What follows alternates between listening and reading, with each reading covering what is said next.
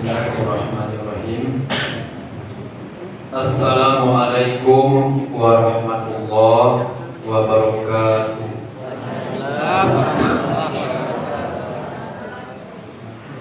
Alhamdulillah, alhamdulillahi rabbil alamin, wa bihi nasta'in ala umuri dunya waddin. Asyhadu an la ilaha illallah wahdahu la syarika lah, wa asyhadu anna Muhammadan abduhu wa rasuluh, la nabiyya ba'da, amma ba'du. Yang saya hormati pengurus masjid beserta jajarannya, kemudian yang saya hormati bapak-bapak dan ibu-ibu yang dirahmati oleh Allah Subhanahu wa ta'ala.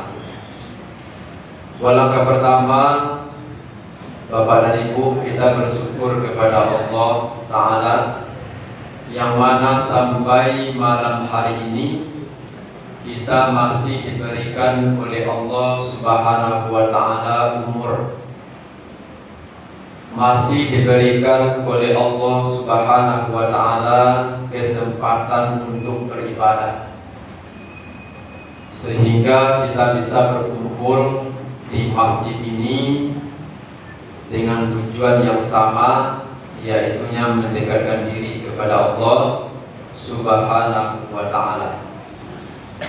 Kemudian salawat dan salam kita sampaikan kepada Nabi kita Muhammad Sallallahu alaihi wasallam dengan melafazkan Allahumma sholli ala Sayyidina Muhammad wa ala ali Sayyidina Muhammad. Baik Bapak dan Ibu yang dirahmati oleh Allah Subhanahu wa ta'ala, kata Bapak pengurus tadi, ternyata di masjid ini ada judul yang telah diberikan oleh bidang ketakwaan. Pada malam hari ini, dan Ambo berjanji Bapak dan Ibu, insya Allah sebuah buat risiko, mungkin judul yang tertera itu Ambo munduran untuk suku. Yang pada malam hari ini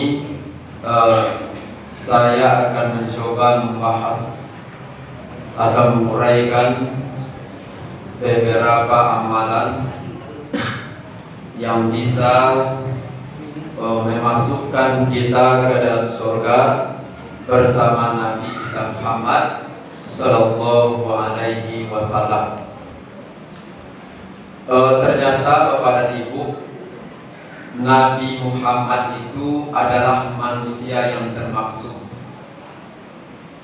Kemudian Nabi Muhammad itu akan dijamin, bukan akan nanti ya, dijamin masuk ke dalam surga, dan surga yang diperuntukkan untuk Nabi kita itu adalah surga yang paling mulia, yang paling tinggi dan paling terdekat, yaitu surga Firdaus.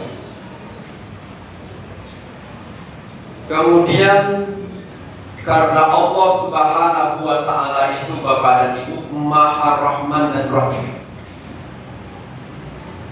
surga yang paling tinggi atau surga yang termegah itu bukan saja diperuntukkan oleh Allah untuk para nabi dan rasul.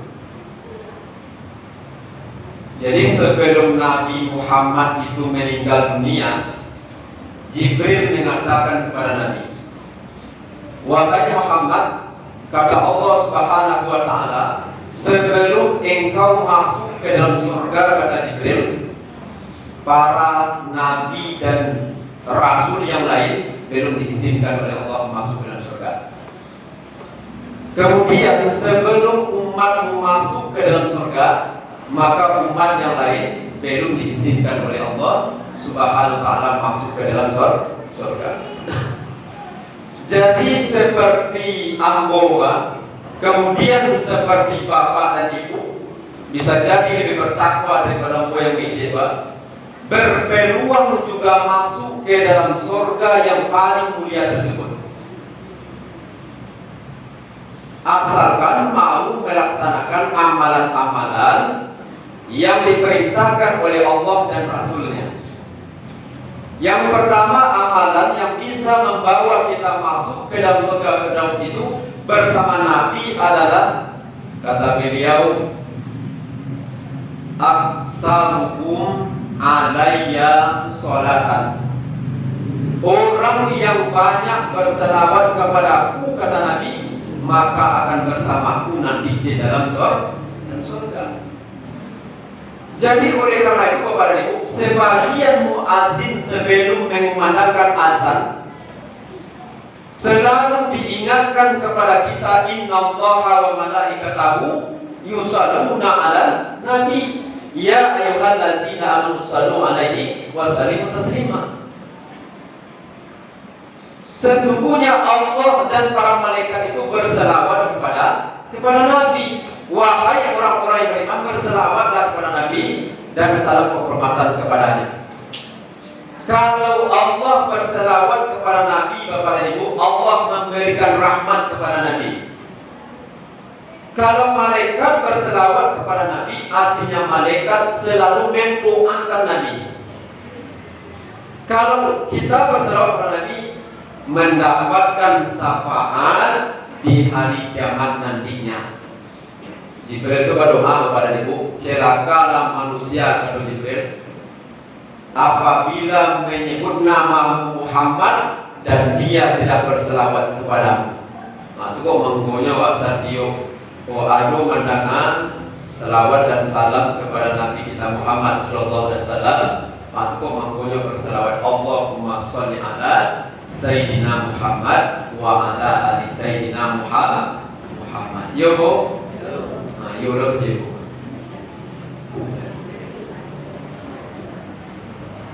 Kemudian selawat itu Bapak dan Ibu, syarat doa dikabulkan oleh Allah Subhanahu wa taala itu diawali dengan selawat. Jadi sebelum Bapak dan Ibu meminta kepada Allah Subhanahu wa taala, memohon apa yang kita inginkan, awalilah doa itu dengan berselawat kepada Nabi. Ada dua orang yang berdoa di muka Nabi Muhammad sama para sahabat Bapak dan Ibu. Orang yang pertama selesai melaksanakan sholat fardu, langsung mengangkat tangan dan langsung meminta kepada Allah, ya Allah berikan aku rahmat, ya Allah berikan aku ampunan. Dan orang yang kedua berdoa kepada Allah SWT, dibacanya ta'awuz dulu, a'udzubillahi minasyaitonirrajim, dibacanya basmalah, bismillahirrahmanirrahim, memujinya kepada Allah, alhamdulillahirabbil alamin, berselawat dia kepada Nabi, wassalatu wassalamu ala asrofil anbiya wal mursalin. Kata Nabi di depan para sahabat, orang yang pertama, kata Nabi, yang berdoa tersebut adalah orang yang tergesa-gesa dalam berdoa. Kita kaji sahabat, kenapa dia tergesa-gesa? Lantaran dia tidak memuji Allah dan tidak berselawat kepada-Nya. Doanya ditolak oleh Allah SWT. Dan orang yang kedua, kata Nabi, inilah doa yang dikabulkan oleh Allah SWT karena dia memuji Allah dan berselawat kepada-Nya. Mudah-mudahan orang yang kedua, kata Nabi, memperbanyak doanya kepada Allah Subhanahu wa taala. Jadi berdoa tidak boleh tergesa-gesa. Sholat tidak boleh tergesa-gesa. Ada orang tergesa-gesa sholat, Ustaz, aduh. Mereka mungkin sembahyang tarawih 22 rakaat ditambah 3 witir bisa kuih dengan 7 menit bagi kerota. Pas bangun sembahyangnya kan. Kena ustaz yang ada mau sembahyang amor batuan. Kalau sholat tidak pakai tumanina, batal sholat Pak. Tumanina, tenang di dalam sholat. Aku mungkin imam itu acok menonton pembalapan Valentino Rossi Pak. Ini mencapai saya tikungan kaca, ibu kaca. Dan jemaah aku ada protes kan, amkilah tak biasa. Mangga capek sih ya. Ya mangga capek. Padahal komorasyon seorang Pak. Cobalah waktu setiap tahun itu Pak, Bu. Cobalah warasan waktu semakin lama semakin cepat. Dalam hadis Nabi Pak, waktu semakin lama semakin cepat. Waktu itu segitu saja 60 menit, tapi terasa capek. Itu pertanda bahwa kiamat itu tidak lama. Dan banyak orang yang memperselisihkan jumlah rakaat sholat tarawih, tidak memperbaiki cara sholatnya. Contohnya, kalau sabali rakaat, ada dalam hadis Nabi Muhammad kata Aisyah tidak pernah melebihi sholat malam itu lebih dari 11 rakaat. Itu ketika masuk Aisyah. Ketika masuk Abu Bakar, Abu Bakar, saya sholat bersama Nabi lebih dari 20 rakaat. Itu ketika Abu Bakar. Itu mampunya dosa balik, ada 23. Kalau di Madinah ada 36. Kemudian sampai 10 rakaat. Nah, kalau malam ini wajib 10 rakaat dulu Bapak. Wajib bolong modelnya arah soalnya 10 rakaat gue. Untuk malam dia pasan dia apa? Kalau ada setuju pengurusnya rencana. Awak 22 beko imam, ustaz itu 22. Balas itu. Ya bagi dua saya Pak. Bapak dan Ibu yang dirahmati oleh Allah Subhanahu wa taala, kalau aku di luar lakunya 23, zikirnya panjang. Dan setelah sholat tarawih itu, kalau mau duluan ke Surabaya, sudah sholat tarawih, kurang namanya tadabbur Al-Quran sampai jam 1 malam. Dan jam mampe itu ama-ama telah membaca Al-Quran tuh. Adun jago oleh orang dulu Pak, masih tangan ada boy. Adun jago oleh Ino pun Allah membaca Al-Quran. Tapi kalau gini kan banyak kaset membaca Quran. Mungkin kaset yang sesuatu.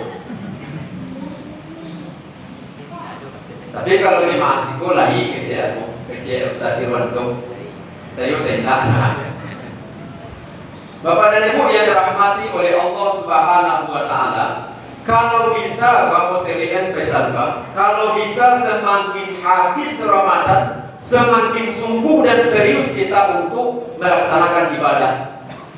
Contoh yang mulai Pak, semakin semangat Pak. Kadang-kadang ada namanya sholat tasbih, kan ada tuh. Kalau bisa, kalau orang Arab Saudi kebiasaannya semakin habis Ramadan, 10 malam yang terakhir ini pasarnya langgang naik masjid dan musala rami. Kalau awak semakin habis Ramadan, dipakainya di jemaah aku ilmu menghilang. Antara ilmu aku kalau namanya buat tahu kan, ilmu mungkin hilang itu. Maju kamu, kamu ceramah dia di Jati lah. Tapi rasio gua yang kecil kurang. Aku pakai rekaman gua udah sebar Pak. Pertama itu sama di rumah saja paling pas sampai ke luar. Sampai ke samping. Ceramah aku hari yang akan kembali. Lah masuk saja dalamnya. Lah temuin saya dalam masjid. Kalau bisa semakin lama semakin semangat. Sebab 10 yang terakhir aku yakin banyak godaan. Salah satu godaan ibu-ibu membuat kue bolu, kue pinang-pinang, kue sapi, pakai jen kakawan malah dari bahan. Betul mana? Kalau di mall lah, aku diskon lagi kadang tak sampai 80% mau baca terima.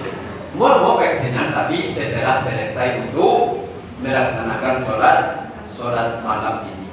Karena aku pada itu bapak dan ibu, anu tantua biswa lain umum apa? Kasampai pada Ramadan 1443. Walaupun setiap hari kita itu berdoa kepada Allah SWT untuk panjang umur, boleh berdoa panjang umur, tapi kalau yang terbaik itu yang menurut Allah SWT. Kenapa kami doa Allahumma tawil umurana fi ta'atika wa ta'atika rasulika wa ja'alna min ibadika sholihin. Ya Allah, panjangkanlah umurku ya Allah untuk taat kepadamu dan taat kepada Rasul, dan ya Allah jadikanlah kami orang-orang yang soleh. Beliau berdoa itu. Tapi sepanjang-panjang umur diberikan oleh Allah SWT, ingat kata Nabi, umur umatku itu antara 60 sampai 70 tahun. Diberita ada orang sampai kini, sampai ini Bapak dan Ibu, 130 tahun. Itu dinobatkan orang yang terpanjang umur di Indonesia. Kenapa ikonya oleh kaki? Apa itu lalu sadar duit? Bagus sadar duit dari duit yang ukuran di samping rumahnya, sadar 2 meter. Lalu sadar duit sampai ini dapat dimatikan. Padahal ini mati. Tapi kalau kawan aku pada tanggal 22 April ini menyolatkan ayahnya, tanggal 28 April, ini mulai dipanggil oleh Allah SWT. Pada tahu, bila mau sampai sebuah kekurban, sampai mau kawan, sampai menikah. Kemudian waktu ada tahu. Kemudian sebab dirahasiakan oleh Allah SWT. Cuma berdoa kepada Allah itu, ya Allah matikanlah aku dengan mati yang husnul khotimah. Kalau bisa Bapak dan Ibu, kalau mampu baca Yasin itu setiap malam bisa.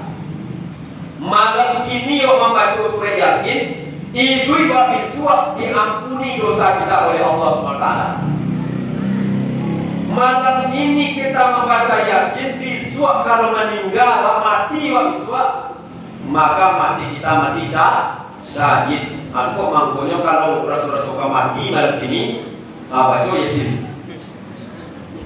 Kenapa ada rasul-rasul mati, rasul-rasul kayu, rasul kelai. Yang sabar dulu dibaca Yasin, orang awak malam ini baca Yasin. Agar apa? Biswa mati syahid. Itu Ci al-akul surah Yasin alun beko membaca ayat kursi alun tahu aku membaca ayat 1000 dinar. Amalan-amalan itu yang harus kita laksanakan atau kita amalkan. Lagi kemari lo apa yang kamu berceramah kasihku ceramah kayak politik kesenangan gua ada politik dan aku tak dua arti ya. Kalau arti dalam soal itu dah ya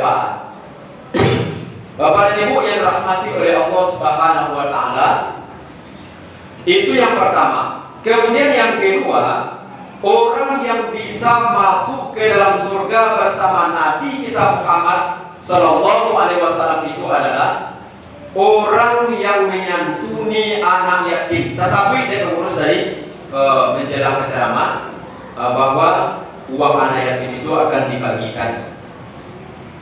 Perlu kita ketahui Bapak dan Ibu, kata Nabi, ana waka filul yatim fil jannati hakaza.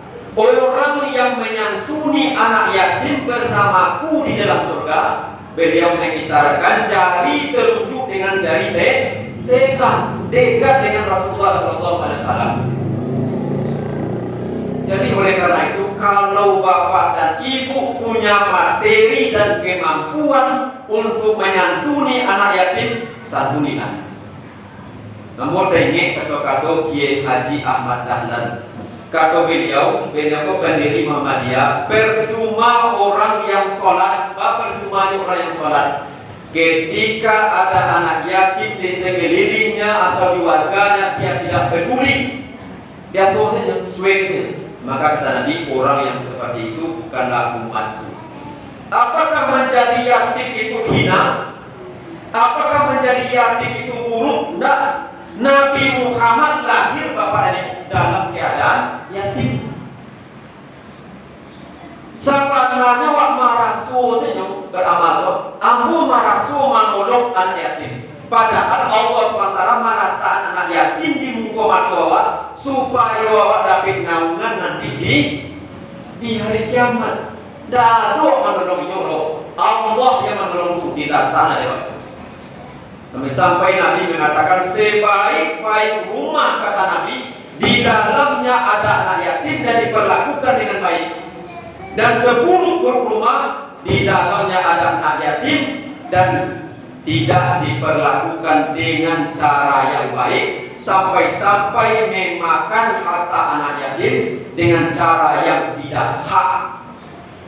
Jadi salah satu dosa gadang itu apa Ibu? Memakan harta anak yatim. Kadolo di antara jemaah aku mengadu Ustaz, baca bambu menyantuni anak yatim. Sekolah anak saya bayar dulu gratis sekolah Ustaz, ini nama bagian 1 bulan baca romyo. Jadi Islam itu tidak salah. Menggosok kepada anak yatim saja merupakan suatu ibadah. Kau boleh disuruh al-ma'un itu Pak. Orang yang nomor 1 mendustakan agama itu adalah Ar-Ra'aital ladzi yukadzibu bid-din. Tahukah engkau orang yang mendustakan agama? Siapa mereka? Nomor 1 urutannya adalah fazalikal ladzi yadul yatim, orang yang menghardik anak yatim. Yang dimaksud menghardik, membenci, tidak memberikan perhatian, kemudian membentak anak yatim dengan lisan luar, itu menghardik. Jadi orang yang mendustakan agama, inyo punya agamu mulia Islam. Di KTP-nya Islam tapi nyoba untuk dalam agamu. Siapa itu? Orang yang menghardik anak yatim.